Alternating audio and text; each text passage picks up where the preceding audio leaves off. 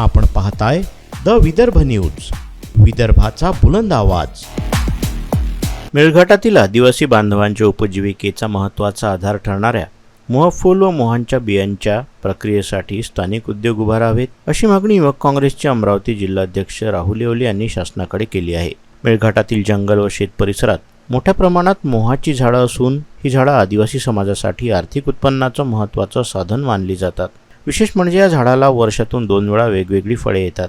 February ते April या कालावधीत मोहफूल मोठ्या प्रमाणात गळत असून स्थानिक आदिवासी व इतर समाजातील नागरिक रात्रभर शेतात व जंगल परिसरात थांबून मोहफूल वेचण्याचं काम करतात। मोहफुलाला बाजारात मोठी मागणी असून त्यापासून विविध प्रकारची उत्पादनं तयार केली जातात। यामुळे शासनाने मोहफुलावर प्रक्रिया करणारे उद्योग उभारावेत, तसेच मोहफुलापासून दारू, वाईन व इतर उत्पादन निर्मितीसाठी आवश्यक परवाने व लायसन्स उपलब्ध करून द्यावीत, अशी मागणी राहुल येवले यांनी केली। यासोबतच या उत्पादनांना शासकीय स्तरावर बाजारपेठ उपलब्ध करून दिल्यास स्थानिक आदिवासी बांधवांना मोठा आर्थिक फायदा होऊ शकतो, असंही त्यांनी सांगितलं। याशिवाय मे महिन्यामध्ये मोहाच्या झाडाला टोळी किंवा गुल्ली लागते। या बियांपासून तेल, औषधी पदार्थ तसंच विविध पारंपरिक उत्पादनं तयार केली जातात। यामुळे मोहाच्या बियांवर प्रक्रिया करणारे लघु उद्योग व स्थानिक उत्पादने केंद्र शासनाने सुरू करावीत, अशी मागणीही यावेळी करण्यात आली।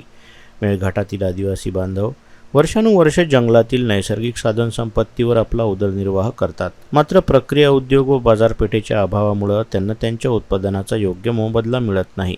शासनाने योग्य धोरण आखून मोहफूल व मोहबियांवर आधारित उद्योगांना चालना दिल्यास हजारो आदिवासी कुटुंबांना रोजगार मिळू शकतो आणि त्यांचं आर्थिक सक्षमीकरण होण्यास मदत होईल, असा विश्वास राहुल येवले यांनी व्यक्त केला। आपण पाहू शकता, मेळघाटमध्ये शेतकऱ्यांच्या शेतामध्ये व जंगलामध्ये मोठ्या प्रमाणात हे मोहफुलाचे झाडं आहेत। याला वर्षातून 2 वेळा वेगवेगळ्या प्रकारचे फळं येतात। एक मोहफूल आणि दुसरं त्याला म्हणतात टोळी, गुल्ली पण म्हणतात।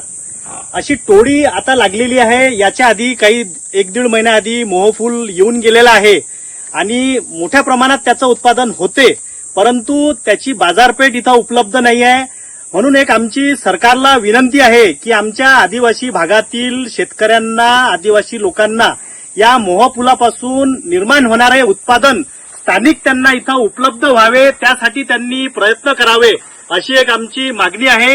त्याचप्रमाणे या मोहफुलापासून सिड्डू सुद्धा तयार होते। सिड्डू म्हणजे दारू, ती आमचे स्थानिक आदिवासी लोक बनवतात आणि चांगल्या उत्तम क्वालिटीची ती बनवतात। ती त्याच्यामध्ये एक औषधीय गुण सुद्धा आहे।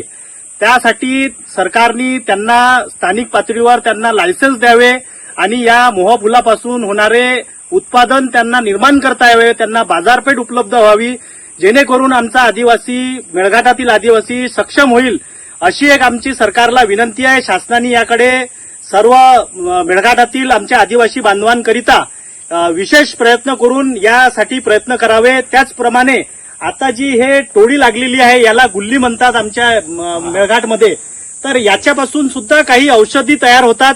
याला सुद्धा मार्केट उपलब्ध झालं पाहिजे, म्हणजे एकाच झाडाला 2 प्रकारचे फळं लागतात।